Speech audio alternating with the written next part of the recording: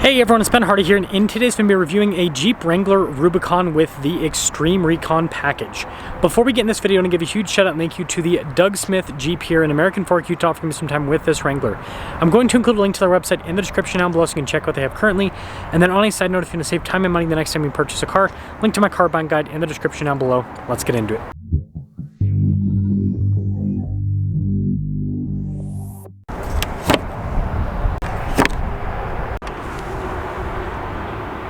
Under the hood, we have a naturally aspirated 3.6-liter V6 that goes through an 8-speed automatic transmission. Fuel economy is 16 around town and then 19 on the highway, with power outputs being 285 horsepower and then 260 pound-feet of torque.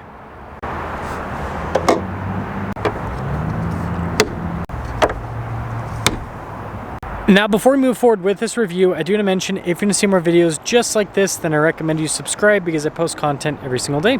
So just going to focus on some cool things with this particular spec. So you've got the upgraded headlights and everything, and then of course the Rubicon has the cool hood venting, and I like the blacked out grille. I think that looks really sharp.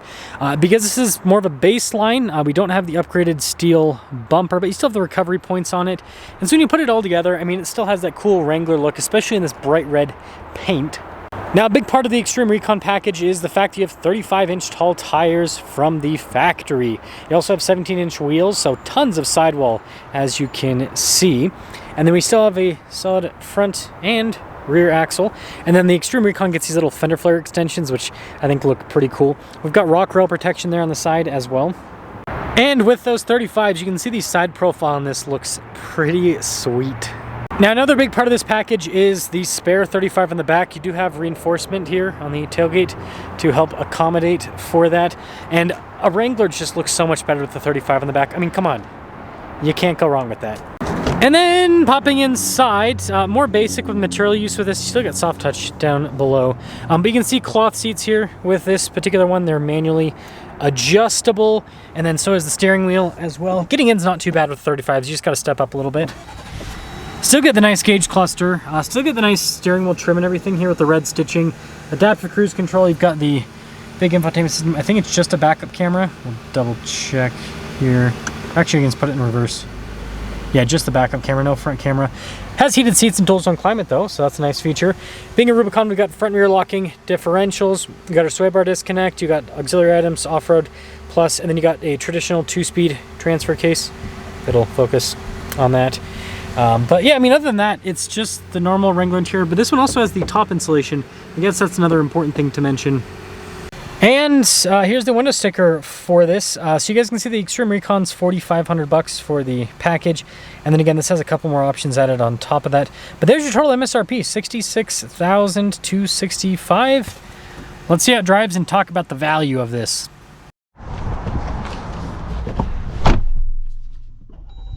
Let's talk about visibility before we set off. Here's visibility over the hood, both the mirrors, to the rest of the rear. And I also forgot to check payload on this one. 850 pounds. I thought maybe since it's more of a baseline that the payload would be a little bit more, but I guess not. I mean, it makes sense because the loaded up Rubicon, the only difference is the seat skins. The rest of the interior is the same, so it makes sense as to why there's not any more payload. This doesn't have any other, I guess, luxury features. Or, sorry, any less luxury features, rather. Apparently, I can't think today. But, you know, just a typical, I'd say typical Tuesday, but it's Wednesday. But it looks like we got lucky here. Green light. I've been lucky every single time today where as soon as I pull up to this light, it's green. That never happens. So, I'll take it. Suspension's nice and comfortable. 35s, you know, they provide quite a bit of cushion. Not too shabby. Easy to drive too. Oh boy, coexist and tolerance.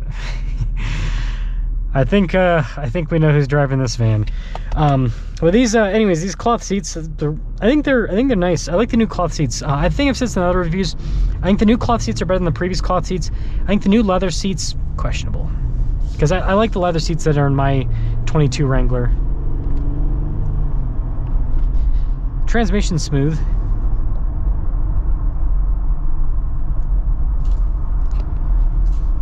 Yeah, it's nice. good power. They do re-gear this. It's like a 4.56 axle ratio. And it does help out. I mean, this isn't fast, but it can move the 35s and it can get up to speed. So it does a good job. The top insulation does help on the highway in terms of wind noise. So that's a big plus. Yeah, it's not bad. It's a nice ride. And even though it says a solid front axle, the steering's not all over the place. Ooh, there's a Lucid. You never see those. Why? Because they can't sell them. It's still a cool looking car, but I would never, ever, ever own one of those. Sorry. The reason why I say that is, maybe this has changed since the first time I reviewed one, but one of the dealers had one that they got traded in. The windshield got cracked, and it had to be sent back to like Seattle or whatever, wherever Lucid is, to get a new windshield. Like, imagine you just get, because rock chips happen all the time here in Utah. You get a rock chip and then you have to ship your car to get it fit. Like, that's ridiculous. Anyways, back to the Jeep, and speaking of windshields, the new antenna thing, I'm not about it. Like, I think the Jeep would have been much better off just putting a stubby for the antenna rather than doing this whole windshield thing, because who knows how much this is going to cost to replace. And these Jeep windshields break all the time. I know it's Gorilla Glass, but my experience is Gorilla Glass is good, but it's still not like rock chips are rock chips. This ain't bad. Definitely not as crazy as my 392, but you know, it moves.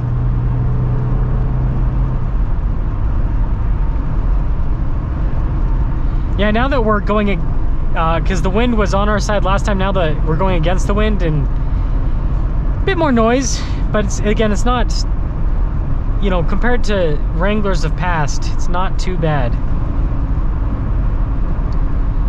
So, summing things up with this Xtreme Recon package, I think this is the package to get if you're actually going to off-road your Wrangler. And I'm talking about like this kind of spec, not getting all the options, because don't get me wrong, like the power seat and all that stuff's nice, but just more stuff to break, and it's more stuff to spend money on that you could instead spend money on with even bigger tires.